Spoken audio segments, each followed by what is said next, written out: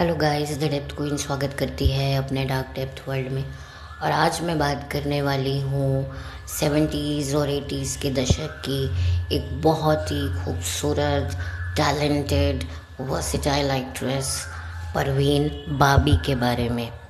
आप सब लोग परवीन बाबी जी के बारे में तो जानते ही होंगे, और जो लोग नहीं जानते हैं तो मैं बता ही चुकी हूँ कि वो 70s और 80s के दशक की एक बहुत ही मशहूर अभिनेत्री हुआ करती थी। और बहुत ही कम वक्त में उन्होंने बॉलीवुड में जो अपनी जगह, जो मुकाम बनाया है, उसको तो हम कभी भी भूल पाएंगे ही नहीं, और ना ही कभी अपने जहन से उनके काम की छाप को मिटा पाएंगे। क्योंकि उन्होंने कुछ ऐसा जादू बिखेरा बॉलीवुड में कि वो जादू आज भी हम सबके सर चढ़ कर बोलता है। तो परवीन बाबी जी का भले ही करियर अच्छा रहा हो, लेकिन उनकी निजी ज़िंदगी उतनी ही ज़्यादा डिस्टर्ब रही, उतनी ही ज़्यादा चैलेंजिंग रही और उतनी ही ज़्यादा पेनफुल रही। और मैं ये बात क्यों बोल रही हूँ, देखिए आप लोगों ने भी, अब सोशल मीडिया का ज़माना है तो परवीन बाबी जी के बारे में काफ़ी कुछ आप लोगों ने भी सुन रखा होगा। ख़ास तौर पे सन 2020 में जो एक बहुत ही मशहूर टेलीविज़न एक्टर और फिल्म एक्टर की जो रहस्यमय तरीके से मौत हुई थी, उसके बाद तो मतलब बहुत सारे गड़े मुर्दे बाहर आए थे, और परवीन बाबी जी के भी केस को जो है डिस्कस किया गया था। अब मैं इस केस के बारे में अगर बात करूं, जो सन 2020 में घटा था, मैं इस केस में काफ़ी ज़्यादा पर्सनल लेवल से इन्वॉल्व हुई थी। मैं ही नहीं, पूरा देश जो था उस वक्त इस केस को सॉल्व करने में जुटा हुआ था, और काफ़ी हद तक हम उस नतीजे पर पहुंच गए थे कि एग्जैक्टली हुआ क्या था और क्या नैरेटिव ये बॉलीवुड वाले सेट कर रहे हैं, करवा रहे हैं और फोर्स कर रहे हैं इस नैरेटिव को। और आप देखिए कि कुछ वक्त बाद कहीं ना कहीं, अगर मैं अपनी बात करूं तो मुझे समझ में आ गया था कि जब भी ये को जो केस है ये जब क्लोज़ होगा तो इसको क्या एक वर्डिक्ट देकर क्लोज़ किया जाएगा। और वही हुआ। बीते दिन जो है इस केस का क्लोजर आया कि नहीं भाई, वही चीज़ थी जो दिख रही थी, जो नैरेटिव उन्होंने डे वन से सेट किया था, करवाया था, उसी नैरेटिव को एक तरीके से एक ऑफिशियल नैरेटिव घोषित करके जो है केस को बंद करवा दिया। और आप देखेंगे कि उस शख्स के बारे में भी सेम कहीं ना कहीं वही बातें करी, और उन्हीं सेम लोगों ने बातें करी जो परवीन बाबी जी के लिए बात करते थे कि भाई परवीन बाबी जी को दिमागी तौर पर वो काफ़ी परेशान थी, काफ़ी उनको मेंटल इशू थे, जिसकी वजह से वो ना ही अपने निजी जीवन में कोई ढंग के रिश्ते बना पा रही थी और ना ही प्रोफेशनल फ्रंट पर वो काम कर पा रही थी। और इसी नैरेटिव को बार बार सेट किया गया।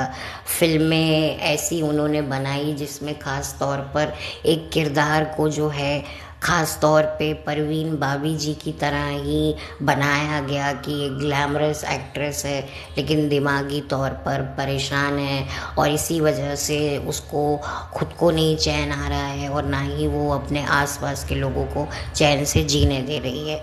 इनफैक्ट परवीन बाबी जी की जब डेथ होती है सन 2005 में, तो सन 2006 में एक और फिल्म आती है जिसमें जो है इसी नैरेटिव के साथ एक तरीके से ये कहने की कोशिश करी कि हाँ भाई, अब वो भले ही औरत इस दुनिया में नहीं है, और आज अगर वो इस दुनिया में नहीं है तो उसकी कारण वो खुद है, क्योंकि वो दिमागी तौर पर परेशान थी।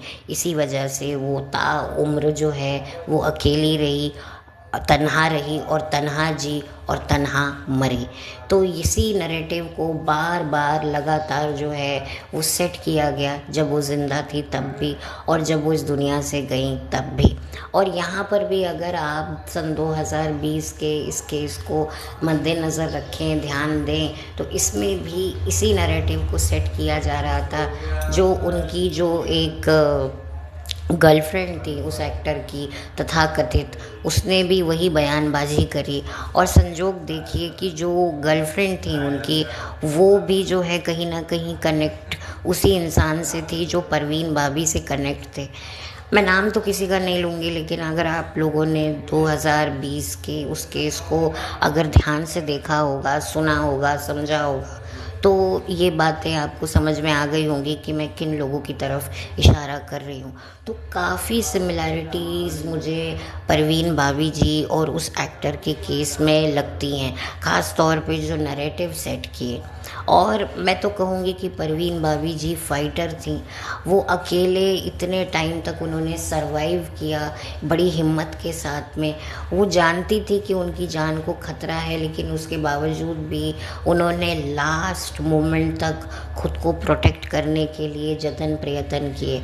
लेकिन वही वाली बात है कि मौत के सामने बड़े बड़े पहलवान भी पस्त हो जाते हैं। और परवीन भाभी जी एक बहुत ही अच्छी इंसान थी, जो शायद अपनी ज़िंदगी के साथ बहुत कुछ करना चाहती थी, और शायद दूसरे लोगों के लिए भी वो बहुत कुछ करना चाहती थी। लेकिन वही वाली बात है कि जो उनके आसपास के लोग थे वो उनको कचड़ना चाहते थे, उनको इस्तेमाल करना चाहते थे, और कहीं ना कहीं उनसे बहुत सारे अपने काम निकलवाना चाहते थे।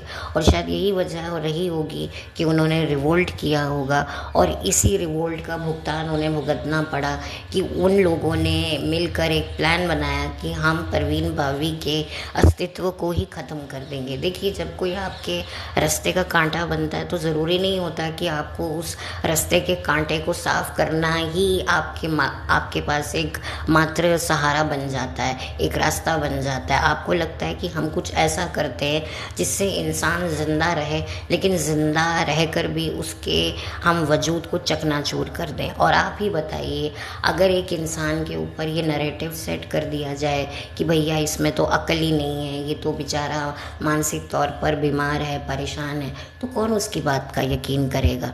इंसान का जो वजूद होता है वो कैसे बनता है, उसके एक्शन से, रिएक्शन से। वो जब अपनी बात रखता है तो सामने वाले के ऊपर प्रभाव पड़ता है, और इसी वजह से जो है सामने वाला उसे कभी अपने काम के लिए, तो कभी पर्सनल लेवल से, तो कभी एक उसके लिए एक इमेज सेट करता है, एक ओपिनियन बनाता है। लेकिन कोई इंसान जो मानसिक तौर पर बीमार है, उसके लिए ना ही आप कोई अच्छा ओपिनियन बनाते हो और ना ही कोई बुरा ओपिनियन बना पाते हो, बल्कि आप तो उसको सिर्फ़ और सिर्फ एक सिंपैथी की नज़र से देखते हो। तो परवीन भाभी जी के साथ भी वही हुआ।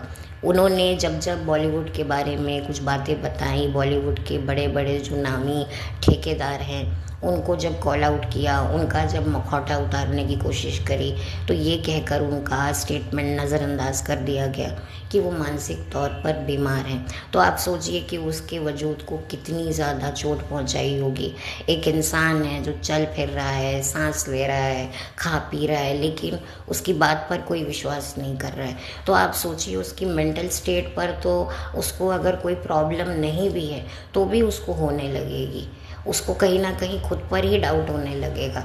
जब एक इंसान दूसरों पर 24 घंटे डाउट कर रहा है कि भाई ये मुझे नुकसान पहुंचा सकते हैं, या एक तरीके से इनको प्लांट किया गया है मेरे अगेंस्ट, एक तरीके से एक हनी ट्रैप में मुझे फंसाने की कोशिश की है, तो फिर कहीं ना कहीं उसको खुद पर भी एक टाइम बाद ट्रस्ट नहीं रहेगा कि अरे मैंने ये दवाई खाई है या नहीं खाई है, अरे मैं बाथरूम गई थी या नहीं गई थी। ऐसे भी लोगों के साथ में मेंटली इशू होने लगते हैं, क्योंकि जब उनको दूसरे पर विश्वास नहीं हो रहा है तो एक टाइम बाद फिर खुद पर भी विश्वास वो करना खोने लगते हैं, क्योंकि फिर वाकई उनकी साइकोलॉजी पर ही असर पड़ता है। साइकोलॉजी एक लाइफ में आपके बहुत बड़ा रोल प्ले करती है। अगर आप एक हट्टे कट्टे इंसान को ये कह दो ना कि भाई तुझे तो बड़ी खतरनाक बीमारी है, भले ही आप झूठ बोल दो, तो वो एक बार इग्नोर करेगा, लेकिन उसको कुछ ऐसा लगेगा ना, नहीं यार कहीं मुझे वाकई तो नहीं है। और फिर ऐसा एक टाइम आएगा कि जो उसका शक है वो यकीन में वो खुद ही बदल देगा और बिस्तर पकड़ लेगा। और अगर आप एक बिस्तर पकड़े हुए इंसान को कहोगे ना कि अरे यार तुझे तो कुछ है ही नहीं, तू तो एकदम भला चंगा है, तो भले ही उसको कितनी बड़ी बीमारी होगी, तो इस वजह से जो है वो उस बीमारी से निकल आएगा। और वो हट्टा कट्टा हो जाएगा। बहुत सारे ऐसे पेशेंट्स हैं जिनको बड़ा क्रॉनिक डिजीज़ होता है, लेकिन उनके घर वाले उसको बताते नहीं हैं, और इसी वजह से वो बहुत लंबा सर्वाइव कर जाता है। उसको लगता है नहीं नहीं, ये तो छोटी छोटी बीमारी है, कुछ नहीं है।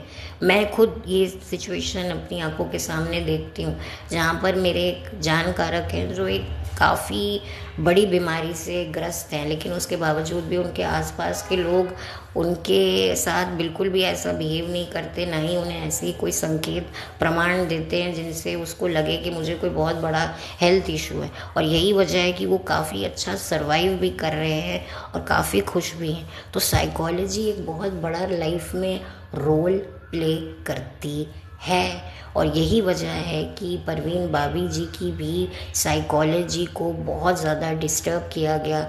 और फिर आप क्या कह सकते हैं कि जो इंसान पूरी दुनिया जिसके लिए एक नैरेटिव बना के बैठी है, बन गया है कि मानसिक तौर पर ये औरत बीमार है, तो क्या उस पर खुद पर ये असर नहीं पड़ेगा?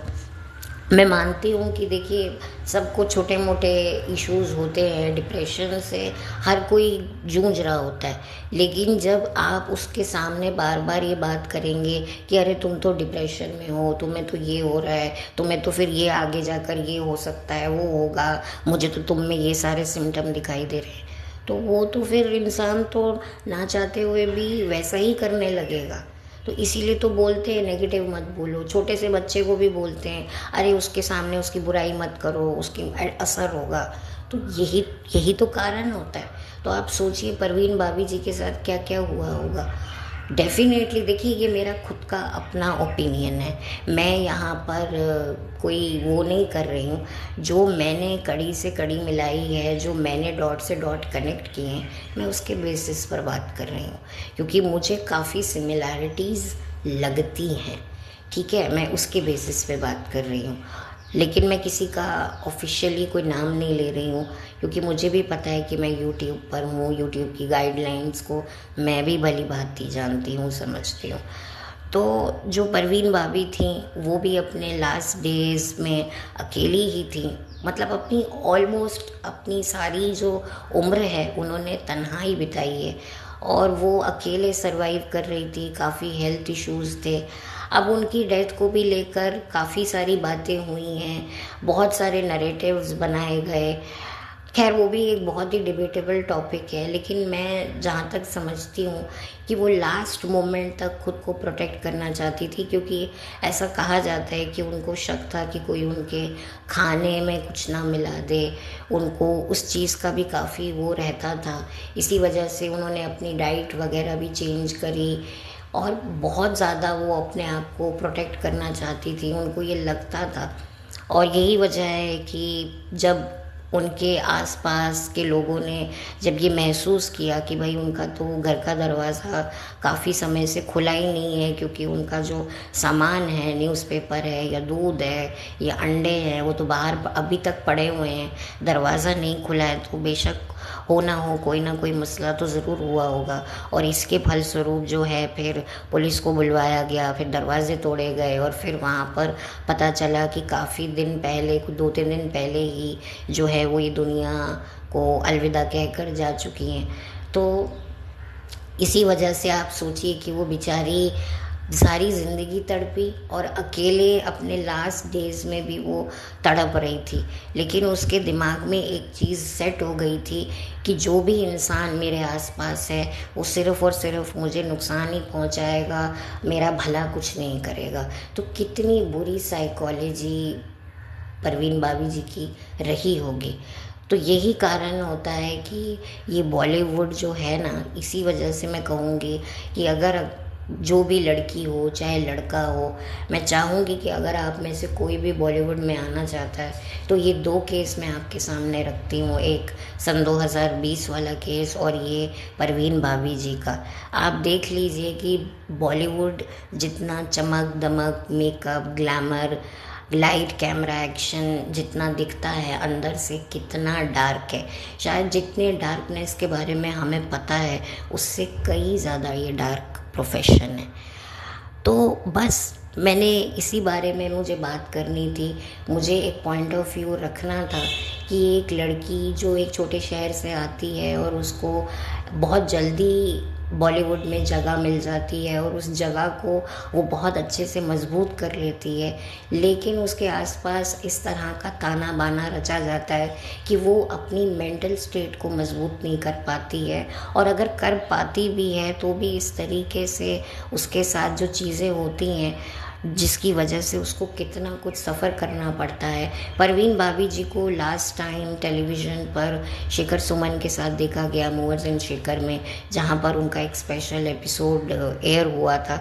उसमें भी कहा जाता है बहुत सारी बातों को एडिट किया गया क्योंकि काफ़ी कंट्रोवर्शियल बातें उन्होंने बोली थी, लेकिन उनके हाव भाव से, उनकी बातों से ऐसा लग ही नहीं रहा था कि वो किसी मानसिक बीमारी से गुज़र रही हैं, जूझ रही हैं। उनका सेंस ऑफ ह्यूमर, उनका बोलने का तरीका बिल्कुल वैसा ही था।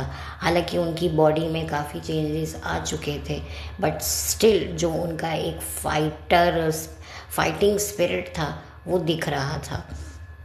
तो अनफॉर्चुनेटली अब परवीन भाभी जी इस दुनिया में नहीं है, और ऑलमोस्ट क्या पूरे 20 साल हो चुके हैं उन्हें उस दुनिया से गए हुए। लेकिन मेरे लिए तो वो हीरोइन थी, हैं और हमेशा रहेगी। बहुत कुछ उनको अपनी ज़िंदगी में चाहिए था पर वो मिल नहीं पाया। शायद अगर वो इस प्रोफेशन में ना होकर कोई दूसरे प्रोफेशन में होती तो डेफिनेटली आज उनके पास शायद वो सब होता जो वो चाहती थी एज अ ह्यूमन बीइंग और एज अ विमेन, और मुझे बड़ा अफसोस लगता है। तो खैर अब मैं और क्या कहूँ, और बस मैंने काफ़ी कुछ कहने की जो कोशिश की है। होप आप लोग मेरे इशारों को, मेरे हिंट्स को समझ पा रहे होंगे, और जो भी लोग हीरो या हीरोइन बनना चाहते हैं, जिनका ये ख्वाब बड़ा मजबूत है, मैं उनसे यही कहूँगी कि प्लीज़, मैं जानती हूँ कि अपने ख्वाबों को अपने हाथों से तोड़ना इतना आसान नहीं होता है, लेकिन जान है तो जहान है, और मेंटल हेल्थ अगर है तो इंसान का वजूद है, नहीं तो उसके वजूद की, उसके अस्तित्व की, उसके व्यक्तित्व की कोई कीमत नहीं है। इंसान का वजूद ही बनता है उसके ओपिनियन से, उसकी थिंकिंग से, उसके बात करने के तरीके से, लेकिन वो बात भी तब कर पाएगा जब वो लाइफ को जान पाएगा, और अगर वो लाइफ को तभी जान पाएगा जब उसकी मेंटल स्टेट सही रहेगी, और जो उसको सुनने वाले लोग हैं वो उसको उस ओपिनियन से नहीं सुनेंगे कि अरे इसको तो कोई मेंटल प्रॉब्लम है। क्योंकि अगर आपको पता चले, फॉर एग्ज़ाम्पल एक हाइपोथेटिकली मैं आप लोगों के सामने बात कर रही हूँ और मैं आपको बताऊँ कि भाई मेरी तो मेंटल हेल्थ ख़राब है, मुझे तो ये प्रॉब्लम है, तो आप भी शायद मेरी बात को इतना गौर से नहीं सुनेंगे। आज आप मेरी बात को गौर से क्यों सुन पाते हैं? क्योंकि आपको पता है कि भाई आपको कहीं ना कहीं जो है मेरे बारे में कुछ पता ही नहीं है, और आपको लगता है कि हाँ यार इसकी पर्सनैलिटी है। आपके मन में ये नहीं है कि ये पागल है, इसको कोई मेंटल इशू है। तभी तो आप लोग मुझे सब्सक्राइब कर रहे हैं, तभी तो आप लोग मुझे सुन रहे हैं। अगर आपको पता चले कि मैं कोई पागल लड़की हूँ तो फिर आप तो मुझे कभी सब्सक्राइब ही नहीं करेंगे। आप तो मेरे वजूद, मेरे अस्तित्व, मेरे तजुर्बों पर भरोसा ही नहीं करेंगे कि भाई ये तो पागल लड़की है, इसको क्या सुनना, इस पे क्या अपना वक्त बर्बाद करना। तो कुछ ऐसी ही सेम हालत थी परवीन भाभी जी की, जिसकी वजह से उनका करियर भी तबाह हो गया और उनकी निजी जीवन तो तबाह हुआ ही हुआ, और उनकी ज़िंदगी में कुछ ऐसे लोग आए जो कहने को उनके हितैषी थे, लेकिन क्या वो वाकई हितैषी थे? यही मेरी नज़र में अब मुझे एक बहुत बड़ा सवाल लगता है। तो खैर ज़्यादा अब इस वीडियो में मैं और कुछ बात नहीं करूँगी। जाते जाते मैं परवीन भाभी जी को श्रद्धांजलि देना चाहती हूँ। भले ही उनको इस दुनिया से गए हुए 20 साल हो चुके हैं, लेकिन मेरे लिए तो वो आज भी जो हैं एक बहुत ही खूबसूरत हीरोइन के तौर पर मैं उन्हें देखती हूँ और हमेशा देखती रहूँगी। आप जहाँ भी रहें परवीन भाभी जी, आप इस वक्त जहाँ भी हैं खुश रहें और आपको शांति मिले, और जो जो यातनाएं आपने भुगती हैं वो भगवान खुदा अल्लाह किसी को भी ना भुगतवाए। तो चलती हूँ, लौट कर मिलती हूँ। Have a blessed day. Thank you so much. अगर कोई मेरी बात आपको बुरी लगी हो तो उसके लिए मैं माफ़ी चाहती हूँ। ये मेरे खुद का ओपिनियन था, ये मेरी खुद की सोच थी जो मैंने आप लोगों के साथ साझा करी है। अब आप लोगों के ऊपर है कि आप इस सोच को अपनाएं या इसे डिलीट कर दें अपने दिमाग से। वो कम्प्लीटली आपका चॉइस है। Thank you so much.